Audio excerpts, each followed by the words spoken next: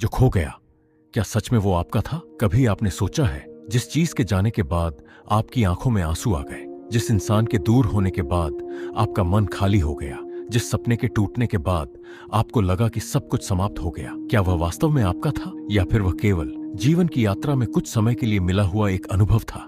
क्योंकि इस संसार में सबसे बड़ा भ्रम यही है, मनुष्य उन चीजों को अपना समझ लेता है जिन पर उसका कभी वास्तविक अधिकार था ही नहीं। वह कहता है, ये मेरा घर है, ये मेरा धन है, ये मेरा रिश्ता है, ये मेरा व्यक्ति है। लेकिन जब समय अपना निर्णय सुनाता है तो वही चीजें धीरे धीरे उससे दूर चली जाती हैं। और तब मनुष्य पूछता है, भगवान ने मेरे साथ ऐसा क्यों किया? लेकिन शायद प्रश्न ये नहीं होना चाहिए कि भगवान ने मुझसे क्यों छीना। प्रश्न ये होना चाहिए, जिसे मैं अपना समझ रहा था, क्या वह कभी वास्तव में मेरा था? स्वामी विवेकानंद जी ने मनुष्य को यही समझाने का प्रयास किया कि हमारी वास्तविक पहचान बाहरी वस्तुओं में नहीं, बल्कि हमारे भीतर स्थित उस आत्मिक शक्ति में है। हम केवल शरीर नहीं हैं, हम केवल नाम, रिश्ते और परिस्थितियां नहीं हैं। हम उस चेतना का अंश हैं जो इन सभी बदलावों को देख रही है। कहा जाता है, मनुष्य संसार में खाली हाथ आता है और खाली हाथ ही चला जाता है। लेकिन इसका अर्थ ये नहीं कि जीवन में प्रेम मत करो, बल्कि इसका अर्थ ये है कि प्रेम करो, लेकिन उस प्रेम को बंधन मत बनने दो। क्योंकि जिस दिन प्रेम के अंदर अधिकार आ जाता है, उसी दिन भय जन्म लेता है। भय इस बात का कि कहीं यह मुझसे दूर न हो जाए। हिमालय की ऊंची चोटियों पर बैठे आर्षि मुनियों ने वर्षों की तपस्या के बाद यही सत्य जाना था कि संसार की हर वस्तु परिवर्तनशील है। नदी बहती रहती है, ऋतु बदलती रहती है, सूर्य प्रतिदिन अस्त होता है और फिर उदय होता है। फिर मनुष्य क्यों चाहता है कि उसके जीवन की हर चीज हमेशा वैसी ही बनी रहे? यही प्रकृति का नियम है। जो आया है वह एक दिन बदलेगा, जो मिला है वह एक दिन अलग होगा, लेकिन जो आपके भीतर है वह आपकी सबसे बड़ी वास्तविकता है। लेकिन मनुष्य की सबसे बड़ी भूल यह है कि वह बदलती हुई चीजों को हमेशा के लिए अपना समझ लेता है। भगवत गीता में भगवान श्री कृष्ण अर्जुन को यही ज्ञान देते हैं कि शरीर और संसार परिवर्तन के अधीन है, लेकिन आत्मा का स्वरूप नित्य है। युद्ध भूमि में खड़े अर्जुन का दुख केवल युद्ध का नहीं था, उनका दुख अपने प्रियजनों को खोने का भय था। उन्हें लग रहा था कि अगर ये लोग चले गए तो जीवन का अर्थ समाप्त हो जाएगा। लेकिन श्री कृष्ण ने उन्हें समझाया कि जीवन केवल दिखाई देने वाले संबंधों तक सीमित नहीं है। मनुष्य को अपने कर्तव्य और आत्मा के सत्य को पहचानना होगा। अब जरा अपने जीवन की ओर देखिए। कभी बचपन में कोई खिलौना आपका सबसे प्रिय था, आपको लगता था कि उसके बिना जीवन अधूरा है। लेकिन आज वही खिलौना कहाँ है? शायद कहीं नहीं। फिर भी आपका जीवन चलता रहा। फिर कुछ साल बाद कोई और चीज महत्वपूर्ण बन गई, फिर कोई और।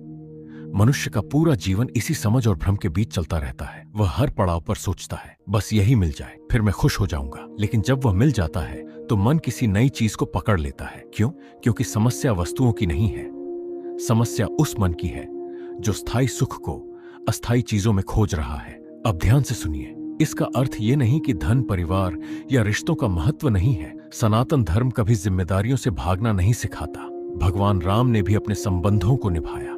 उन्होंने प्रेम किया, कर्तव्य निभाया, त्याग किया। लेकिन उन्होंने यह भी दिखाया कि जब परिस्थितियां बदलें तो धर्म और सत्य का मार्ग नहीं छोड़ना चाहिए। यही अंतर है आसक्ति और प्रेम में। आसक्ति कहती है, ये मेरे बिना नहीं रह सकता। प्रेम कहता है, ईश्वर तुम्हें जहां रखे तुम सुखी रहो। यही ज्ञान धीरे धीरे मन को मुक्त करता है। लेकिन अभी एक और गहरी बात बाकी है, क्योंकि कई बार हम किसी चीज के खोने का दुख नहीं मनाते, हम उस पहचान के खोने का दुख मनाते हैं जो उस चीज से जुड़ी हुई थी। एक व्यक्ति सोचता है, उसके जाने के बाद मैं अकेला हो गया। लेकिन क्या वास्तव में वह अकेला है, या उसने अपनी पूरी खुशी किसी दूसरे व्यक्ति के हाथों में दे दी थी? स्वामी विवेकानंद जी कहते थे कि मनुष्य को अपनी आंतरिक शक्ति को पहचानना चाहिए। जिस व्यक्ति को अपने भीतर की शक्ति का अनुभव हो जाता है, वह परिस्थितियों का गुलाम नहीं रहता। वह दुख को देखता है, लेकिन दुख में डूबता नहीं। वह हार को देखता है, लेकिन स्वयं को हारा हुआ नहीं मानता, क्योंकि उसे पता होता है, मेरे जीवन में जो भी आया वह मुझे कुछ सिखाने आया था। कुछ लोग हमें प्रेम सिखाते हैं, कुछ लोग हमें धैर्य सिखाते हैं, कुछ घटनाएं हमें अपने भीतर झांकना सिखाती हैं, और कुछ खोना हमें यह समझाने आता है कि हमारी असली संपत्ति क्या है। लेकिन यहाँ एक प्रश्न उठता है, अगर सब कुछ बदलना ही है तो फिर प्रयास क्यों करें, रिश्ते क्यों बनाएं, सपने क्यों देखें? यही वह प्रश्न है जिसका उत्तर सनातन दर्शन बहुत सुंदर तरीके से देता है। जीवन का उद्देश्य चीजों को हमेशा के लिए पकड़ना नहीं है। जीवन का उद्देश्य है हर अनुभव से सीखते हुए स्वयं को ऊंचा उठाना। जैसे एक यात्री रास्ते में सुंदर फूल देखता है, वह उसकी सुंदरता का आनंद लेता है, लेकिन वह फूल को तोड़कर हमेशा अपने पास रखने की जिद नहीं करता, क्योंकि वह जानता है फूल की सुंदरता उसकी स्वतंत्रता में है। वैसे ही जीवन में मिले लोग और परिस्थितियां भी हैं। उनसे प्रेम कीजिए, उनके साथ सुंदर समय बिताइए, लेकिन यह मत भूलिए कि हर आत्मा अपनी यात्रा पर है। अगर ये विचार आपके हृदय को छू रहा है और आपको अपने जीवन को एक नए दृष्टिकोण से देखने में मदद कर रहा है, तो इस ज्ञान की यात्रा को आगे बढ़ाने के लिए वीडियो को लाइक करें और ऐसे ही आध्यात्मिक विचारों के लिए चैनल को सब्सक्राइब जरूर करें, क्योंकि शायद अगले कुछ मिनटों में हम उस सत्य को समझेंगे जो वर्षों से हमारे दुख का कारण बना हुआ है। लेकिन अभी सबसे महत्वपूर्ण बात बाकी है, क्योंकि असली परीक्षा तब होती है जब जीवन हमसे वही छीन लेता है जिसे हम सबसे ज्यादा अपना मानते हैं। तब मनुष्य टूटता क्यों है? और कुछ लोग उसी दुख से निकलकर पहले से ज्यादा मजबूत कैसे बन जाते हैं? इसका उत्तर छिपा है मनुष्य के अपने भीतर। क्योंकि असली परीक्षा तब होती है जब जीवन हमसे वही छीन लेता है जिसे हम सबसे ज्यादा अपना मानते हैं। तब मनुष्य टूटता क्यों है? और कुछ लोग उसी दुख से निकलकर पहले से ज्यादा मजबूत कैसे बन जाते हैं? इसका उत्तर छिपा है मनुष्य के अपने भीतर। कई बार जीवन में ऐसी परिस्थितियां आती हैं जब हमें लगता है कि अब कुछ भी पहले जैसा नहीं हो सकता। एक रिश्ता चला गया, एक अवसर हाथ से निकल गया, किसी अपने का साथ छूट गया और मन बार बार उसी प्रश्न में उलझ जाता है, मेरे साथ ही ऐसा क्यों हुआ? लेकिन शायद जीवन हमें तोड़ने नहीं आता, जीवन हमें जगाने आता है। जैसे सोने को शुद्ध करने के लिए अग्नि से गुजरना पड़ता है, वैसे ही मनुष्य की चेतना भी कठिन परिस्थितियों से गुजरकर अधिक मजबूत होती है। उपनिषदों का संदेश यही है कि मनुष्य को अपने वास्तविक स्वरूप को पहचानना चाहिए। जो बदल रहा है वह आपका अंतिम सत्य नहीं है। आपका शरीर बदलेगा, आपकी परिस्थितियां बदलेंगी, आपके आसपास के लोग बदलेंगे, लेकिन जो इन सब बदलावों को देख रहा है वह चेतना आपके अस्तित्व का सबसे गहरा भाग है। अब एक छोटी सी बात समझिए। एक पेड़ जब पतझड़ में अपने पत्ते खोता है तो क्या वह रोता है? क्या वह सोचता है कि अब मेरा जीवन समाप्त हो गया? नहीं, क्योंकि प्रकृति जानती है कुछ चीजों का जाना ही नए जीवन की शुरुआत होती है। लेकिन मनुष्य पुराने पत्तों को पकड़कर बैठ जाता है। वह चाहता है कि जो समय बीत चुका है वह वापस आ जाए, जो व्यक्ति बदल चुका है वह फिर वैसा ही बन जाए, जो परिस्थिति समाप्त हो चुकी है वह फिर से शुरू हो जाए। लेकिन समय की धारा कभी पीछे नहीं बहती, इसलिए बुद्धिमान व्यक्ति अतीत से लड़ता नहीं, वह उससे सीखता है। भगवान श्री कृष्ण ने गीता में कर्म पर जोर दिया।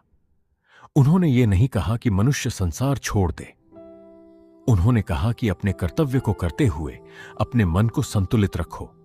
यही जीवन का सबसे बड़ा योग है। क्योंकि समस्या ये नहीं है कि हमारे जीवन में परिवर्तन आते हैं, समस्या यह है कि हम परिवर्तन को स्वीकार नहीं कर पाते। एक मिट्टी का दीपक जब तक मिट्टी के रूप में रहता है तब तक उसका महत्व सीमित होता है, लेकिन जब वह आकार लेता है, अग्नि को धारण करता है, तो वही दीपक अंधकार को दूर करने लगता है। वैसे ही मनुष्य भी कठिनाइयों से गुजरकर अपने भीतर का प्रकाश पहचानता है। लेकिन यहां एक और गहरा रहस्य है। कई बार जो चीज हमें खोना लगती है वह वास्तव में हमें स्वयं से मिलाने का माध्यम बनती है। क्योंकि जब सब कुछ हमारे अनुसार चलता है तो हम अक्सर अपने भीतर झांकना भूल जाते हैं। लेकिन जब बाहरी सहारे कमजोर होते हैं तब मनुष्य अपने अंदर की शक्ति को खोजता है। स्वामी विवेकानंद जी ने युवाओं को यही संदेश दिया था कि अपने भीतर की शक्ति को पहचानो। मनुष्य कमजोर नहीं है, उसके अंदर असीम क्षमता है। लेकिन जब वह अपनी पहचान केवल बाहरी चीजों से जोड़ देता है तब छोटी सी हानि भी उसे पूरी तरह हिला देती है। सोचिए, अगर कोई व्यक्ति अपने घर की दीवारों को ही अपना पूरा संसार मान ले तो घर टूटने पर वह स्वयं को भी टूटा हुआ समझेगा। लेकिन अगर उसे पता हो कि उसका वास्तविक अस्तित्व उन दीवारों से कहीं बड़ा है तो वह फिर से निर्माण कर पाएगा। यही ज्ञान जीवन में आवश्यक है। अब अपने जीवन में देखिए, कितनी ऐसी चीजें हैं जिनके बिना कभी आपको लगा था कि आप खुश नहीं रह पाएंगे, लेकिन आज आप उनके बिना भी आगे बढ़ रहे हैं। क्यों? क्योंकि जीवन ने आपको सिखाया कि आपकी शक्ति उन चीजों में नहीं थी, आपकी शक्ति आपके भीतर थी। लेकिन मनुष्य की एक आदत होती है, वह जो खो गया है उसे गिनता रहता है, और जो उसके पास अभी भी है उसे भूल जाता है।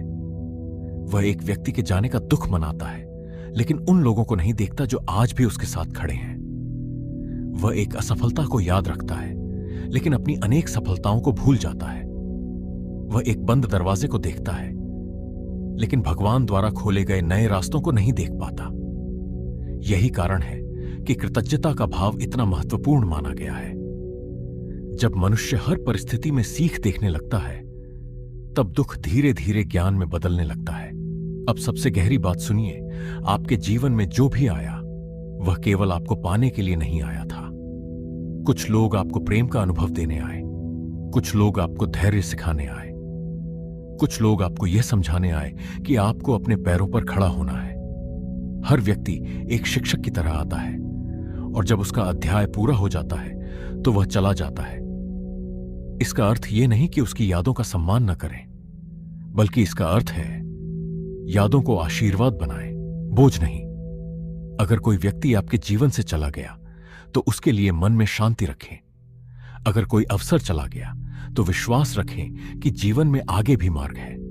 अगर कोई सपना टूट गया तो स्वयं से पूछिए, क्या यह सपना मेरी आत्मा का था या केवल मेरी इच्छा थी? क्योंकि कई बार हम जिस चीज को खोना समझते हैं वही हमें किसी बड़े उद्देश्य की ओर ले जा रही होती है। वह केवल एक अध्याय था, और अध्याय समाप्त होने का अर्थ यह नहीं कि पूरी कहानी समाप्त हो गई। कभी कभी भगवान एक रास्ता बंद करते हैं ताकि हमें वह मार्ग दिखाई दे सके जिसे हम पहले देख ही नहीं पा रहे थे। इसलिए जो चला गया उसके पीछे अपना जीवन मत रोकिए, उसके लिए धन्यवाद दीजिए, उससे मिली सीख को संभालिए और आगे बढ़ जाइए। क्योंकि जीवन का सबसे सुंदर सत्य यही है, आपने कुछ खोया नहीं है, आप केवल उस चीज से आगे बढ़े हैं जो आपकी यात्रा का एक हिस्सा थी।